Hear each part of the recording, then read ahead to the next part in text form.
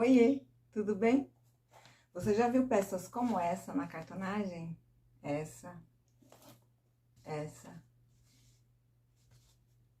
eu acho muito legal. As pessoas gostam bastante. E aí, o que vocês veem em comum entre elas? São todas arredondadas. E a pergunta que não quer calar: como que eu faço esse arredondamento na cartonagem sem que eu quebre o papelão? Porque se você virar do lado errado, o papelão vai se quebrar. Pois é, meu nome é Rita, eu sou da Vamos Combinar Ateliê e hoje a gente vai falar sobre isso. Vamos lá? Bom, vamos à prática? Aqui eu trouxe para vocês espessuras, tamanhos e tipos de papelão diferentes, tá? O que eu tenho aqui? O duplex, que a gente usa para acabamento, mesmo ele sendo fino, ele tem fibra, tá? E faz diferença, você consegue identificar, tem uma forma de fazer isso, eu vou mostrar para vocês. Aqui eu tenho um papelão um pouquinho mais grosso, esse é o papelão cinza. Eu tenho aqui o papelão, esse aqui é o papelão couro, que é o que eu mais indico para bolsa. Eu gosto muito dele, ele não é muito espesso, ele tem várias espessuras, você compra ele normalmente por quilo. Esse papelão aqui a gente compra por folha e esse aqui por quilo, tá? E esse aqui é o papelão Paraná. Quando eu não tenho ou não encontro fácil por aqui esse papelão, normalmente quando eu não tenho, né? Porque comprar eu compro em São Paulo. Eu uso esse aqui, tá? Ele é muito maleável, ele é até mais maleável que o cinza, o Paraná. Pra mim, né? Ele tem uma qualidade inferior, eu não uso muito ele para as minhas peças. Mas para fazer bolsa, eu acho que ele vira bem, viu? Bom, e aí vamos falar, né, da fibra, que foi o que a gente veio fazer aqui. Deixa eu mostrar aqui uma coisa para vocês.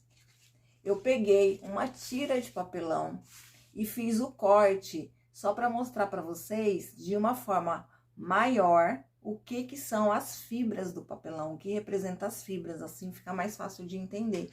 Eu fiz o que a gente chama de corte vinco, tá vendo aqui? Tá num tamanho muito maior, porque as fibras, elas não são visíveis a olho nu, tá? Você consegue sentir, mas enxergar eu acho muito difícil. Pelo menos eu nunca tentei, na verdade. Então, aqui eu fiz o recorte para vocês entenderem melhor. E aí, o que isso significa? A fibra, ela está olhando dessa forma, tá? Ela está nesse sentido. Então, este é o sentido da fibra. Se eu virar o papelão no sentido da fibra, o que vai acontecer? Percebe que ele vai quebrar? Ó, ele não vai, ele tá querendo quebrar. Se eu vou contra a fibra, porque se a fibra está desse lado e eu vou virar pra cá, que é fazer isso aqui, ele vira. Ou seja, quando eu fizer essa vira, eu estou indo contra a fibra. E aí você me pergunta, Rita, mas como que eu identifico isso no papelão, tanto no mais grosso ou no mais fino? É muito simples. Você vai pegar uma folha, aqui eu tenho um pedaço do papel duplex. Quando você vira de um lado, você percebe que ele vai muito tranquilamente, significa que aqui você está indo contra a fibra, e aí é isso que você quer, para fazer uma peça arredondada. Se você vira do outro lado, tenta virar, percebe que ele vai, mas percebe que ele tá querendo quebrar? Ó, ele tá fazendo até um vinco aqui, ele tá se rachando. Então, significa que aqui eu estou a favor da fibra, tá? Que é esse movimento aqui. A fibra está nesse sentido, eu faço isso, ele se quebra. Então, eu estou a favor da fibra. Então, o ideal é que eu vá sempre contra a fibra para eu conseguir esse movimento que eu preciso, tá? Então, aqui a gente falou do papelão duplex. Da mesma forma, no papelão couro, essa tira, ela já tá cortada no movimento correto. Então, eu viro, tá vendo? Ela fica arredondada, não quebra, não faz nada.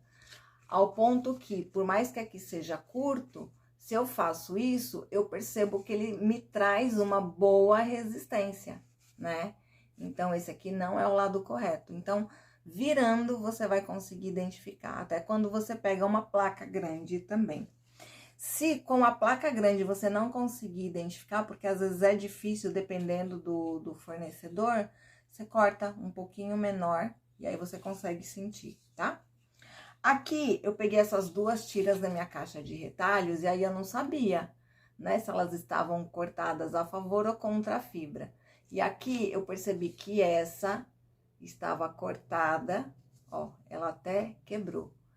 Aqui, eu estou a favor da fibra, né? Aqui, ó, a fibra tá aqui, nesse sentido, e aqui eu estou a favor da fibra, ou seja, vai quebrar. Então, aqui, ó, quebrou. Só foi eu virar assim, ó, ela quebra, tá? Essa aqui está contra a fibra, ou seja, a fibra está aqui, nesse sentido, e eu vou virar nesse sentido, ou seja, contra a fibra. Então, eu consigo este movimento. Então, aqui, ó, percebam que ele vira e não quebra com tanta facilidade que quebrou o outro. Porém, vocês percebem que ele já tá marcando. Mas tá marcando porque é um papelão grosso e ele tá estreito. Então, isso facilita com que ele possa quebrar também. Não quer dizer que ele vai dobrar facilmente, tá? Ele vai criar uma certa resistência porque ele tem várias camadas. Não sei se vocês sabem, mas o papelão, ele é formado por camadas, né? Então, são várias camadas. Quanto mais camadas, mais difícil fica essa vira. E aí, você pode usar várias técnicas para conseguir virar sem que quebre, né? Mesmo um papelão um pouquinho mais grosso, tá? Mas hoje a gente vai falar só de fibra. Aqui eu tenho o papelão Paraná, que eu gosto muito de usar para fazer bolsas, carteiras, peças arredondadas, porque ele tem uma maleabilidade muito boa, né? Então, aqui, por exemplo, ó, como eu sei que não é, eu estou do lado errado, quando eu tento virar a peça e ele me dá uma certa resistência, eu mando para dentro e ele quer ir para fora, tá vendo? Aí, ao ponto que, do contrário, olha a facilidade, ele vira e fica, do jeito que eu deixar ele fica. E não tá me gerando nenhuma resistência para voltar. Então, fica essa dica para que vocês usem nas suas peças. Faz diferença também em peça quadrada, retangular, quando é peça grande. Eu não sei se já aconteceu com vocês, da tampa ficar abaulada. Às vezes é o sentido do corte que você faz, dependendo o tamanho da caixa, tá? Para caixas pequenas nem tanto, mas para caixa grande isso pode acontecer. Mas isso é assunto para um próximo vídeo, tá bom? E eu vou trazer num outro vídeo para vocês o passo a passo para fazer essa peça, que é um monte de coisinhas. Não vou falar porta-moedas porque basicamente não se anda, né, com dinheiro hoje.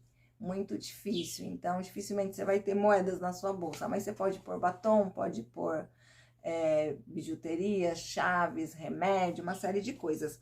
A minha é um pouquinho menor e aqui eu carrego meu tercinho. Vai dentro da minha bolsa, não ocupa espaço, quando eu preciso, já tá facinho, né? Então, eu vou trazer essa peça para vocês e depois eu trago outras. Fiquem com Deus, obrigada pela companhia e até mais. Tchau!